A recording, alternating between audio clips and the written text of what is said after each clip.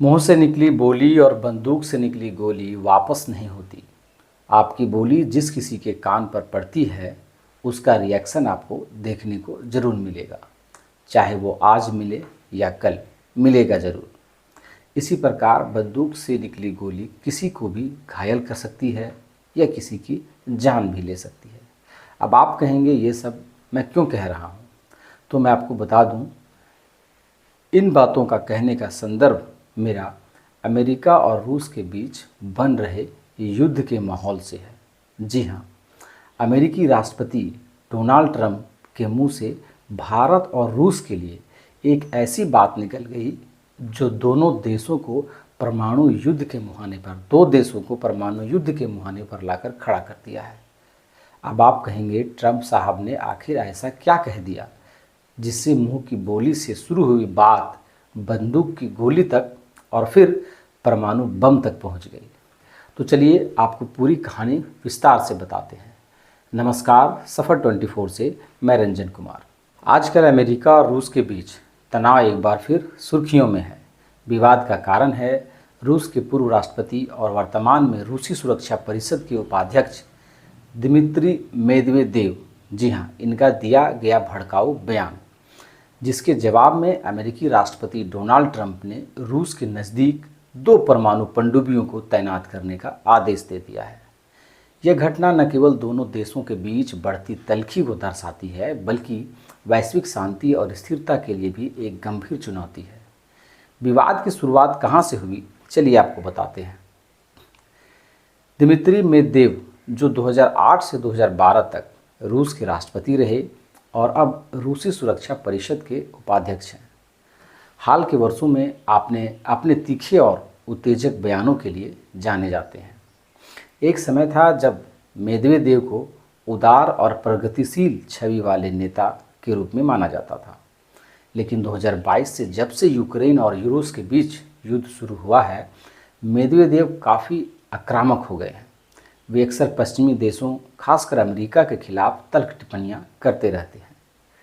हालांकि इस बार आग ट्रंप साहब ने लगाई है और उसमें घी डालने का काम किया है रूस के पूर्व राष्ट्रपति मेदवेदेव ने, जिससे आग भड़क गई और आग इतनी भड़की कि परमाणु हमले की धमकी तक पहुंच गई।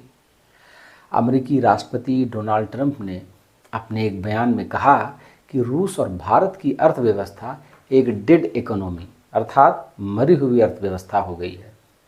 इस तीखी टिप्पणी पर भारत के प्रधानमंत्री मोदी साहब ने मौन धारण कर लिया, लेकिन रूस के पूर्व राष्ट्रपति मेदवेदेव ने खतरनाक तरीके से पलटवार किया। उन्होंने अमेरिका को परमाणु बम से ध्वस्त करने की धमकी दे डाली।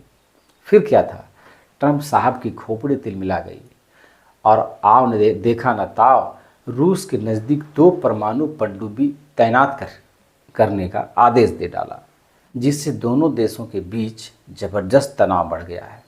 चलिए आपको एग्जैक्ट बताते हैं कि डोनाल्ड ट्रंप ने क्या कहा और मेदवेदेव ने ट्रंप के बयान का क्या प्रत्युत्तर दिया, जिससे बोली से शुरू हुई बात गोली तक पहुंच गई। जी हाँ, ट्रंप ने रूस और भारत की अर्थव्यवस्थाओं को मृत यानी डेड इकोनॉमी कहते हुए तीखी टिप्पणी की थी और रूस को यूक्रेन युद्ध में युद्ध विराम के लिए पहले 50 दिन का और फिर बाद में 10 से 12 दिन की समय सीमा दे डाली। ट्रंप ने धमकी दी कि अगर रूस ने यह समय सीमा मानी नहीं तो वह रूस के तेल और अन्य निर्यातों पर कड़े प्रतिबंध लगाएंगे। मेदवेदेव ने इस बयान को रूस के लिए अपमानजनक माना और अपने टेलीग्राम चैनल पर जवाब दिया। उन्होंने ट्रंप को उनकी पसंदीदा TV series the walking dead और रूस की कुख्यात परमाणु प्रणाली डेड हैंड की याद दिलाई। यहाँ यह जानना जरूरी है कि डेड हैंड आखिर क्या बला है। डेड हैंड एक ऐसी बला है जिससे अमेरिका की हवा टाइट रहती है। आपको बता दें, डेड हैंड रूस की एक ऐसी स्वचालित परमाणु प्रतिक्रिया प्रणाली है जिसे सोवियत संघ ने बनाया था। यह सिस्टम रूस पर किसी परमाणु हमले की स्थिति में स्वतः जवाबी हमला शुरू कर सकता है, भले ही रूस का नेतृत्व नष्ट हो जाए। अर्थात यदि आप रूस के राष्ट्रपति को भी मार देते हैं या रूस की संपूर्ण सैन्य नेतृत्व को समाप्त भी कर देते हैं, फिर भी आप रूस के परमाणु हमले से नहीं बच सकते। इतनी खतरनाक है ये टेक्नोलॉजी। मेदवेदेव का यह बयान अमेरिका के लिए एक सीधी परमाणु धमकी के रूप में देखा गया। मेदवेदेव के इस बयान से नाराज ट्रंप ने तुरंत कड़ा कदम उठाया। उन्होंने अपने social media platform truth social पर घोषणा की कि मेदवेदेव के मूर्खतापूर्ण और भड़काऊ बयानों के जवाब में उन्होंने 2 परमाणु पनडुब्बियों को उपयुक्त क्षेत्रों में तैनात करने का आदेश दे दिया है। ट्रंप ने स्पष्ट नहीं किया कि ये पनडुब्बियां परमाणु हथियारों से लैस भी है या केवल परमाणु ऊर्जा से चलने वाली पनडुब्बी है, लेकिन इस कदम ने वैश्विक चिंता को बढ़ा दिया है। अमेरिकी रक्षा विभाग आमतौर पर ऐसी सैन्य तैनातियों की जानकारी सार्वजनिक नहीं करता, क्योंकि ये गुप्त ऑपरेशनों के हिस्से होते हैं। ट्रंप ने अपने बयान में कहा, शब्द बहुत महत्वपूर्ण होते हैं और अक्सर अनपेक्षित परिणाम दे सकते हैं। मुझे उम्मीद है कि यह ऐसा मामला नहीं होगा।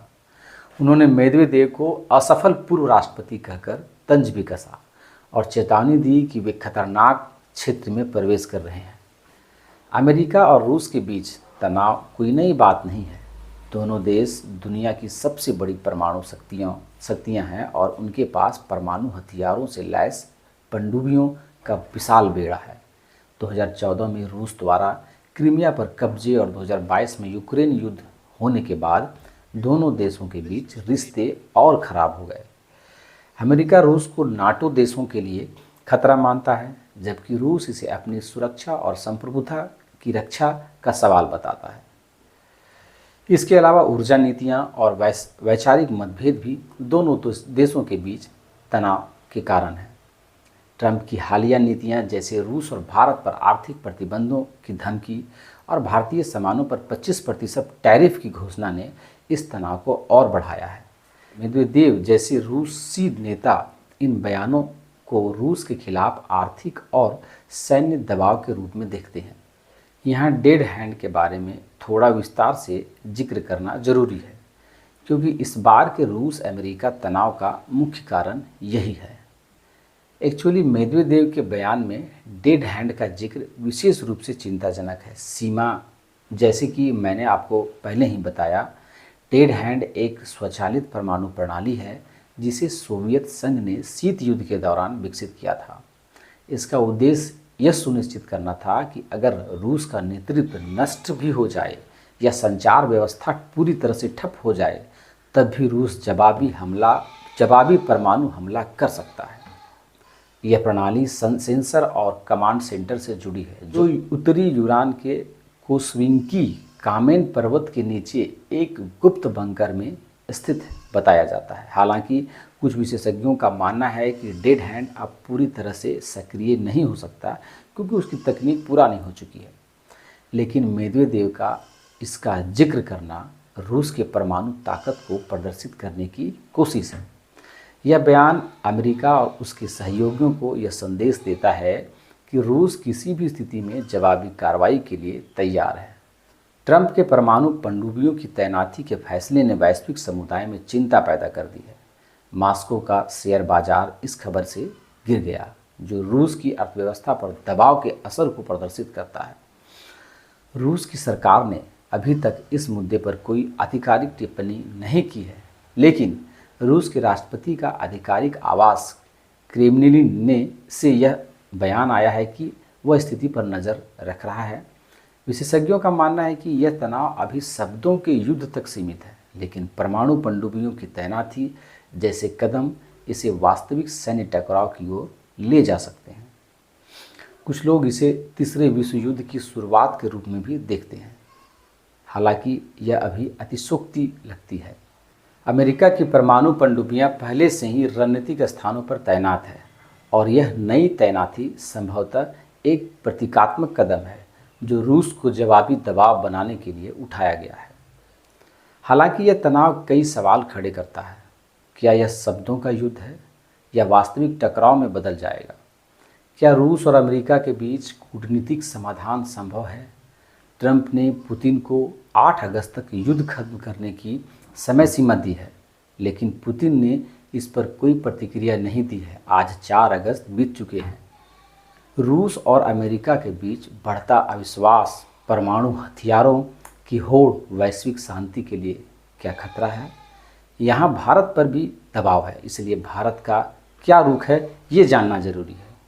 हमारा भारत देश जो अमेरिका और रूस दोनों के साथ संबंध रखता है, इस स्थिति में तटस्थ रहने की कोशिश कर रहा है। ट्रंप के भारत पर टैरिफ की धमकी ने भारत को भी असहज किया है, लेकिन भारत ने साफ किया है कि यह अपनी ऊर्जा खरीद और विदेश नीति को वैश्विक परिस्थितियों के आधार पर तय करेगा। रूस और अमेरिका के हालिया तनाव को देखते हुए हमारा मानना यह है कि अमेरिका और रूस के बीच यह ताज़ा विवाद एक बार फिर परमाणु हथियारों की होड़ और शीत युद्ध जैसे तनाव की याद दिलाता है। मेदवेदेव के भड़काऊ बयान और ट्रंप की परमाणु पनडुब्बियों की तैनाती दोनों ही वैश्विक स्थिरता के लिए खतरा है। दोनों देशों को अपनी बयानबाजी पर लगाम लगाने की ज़रूरत है और कूटनीतिक बातचीत की ओर बढ़ने की आवश्यकता है। विश्व समुदाय को भी इस तनाव को कम करने के लिए मध्यस्थता करनी चाहिए, ताकि यह शब्दों का युद्ध वास्तविक युद्ध में न बदल जाए, अर्थात बोली की लड़ाई गोली तक न पहुंच जाए। आज इतना ही, फिर मिलेंगे किसी और वीडियो में। तब तक के लिए नमस्कार, धन्यवाद।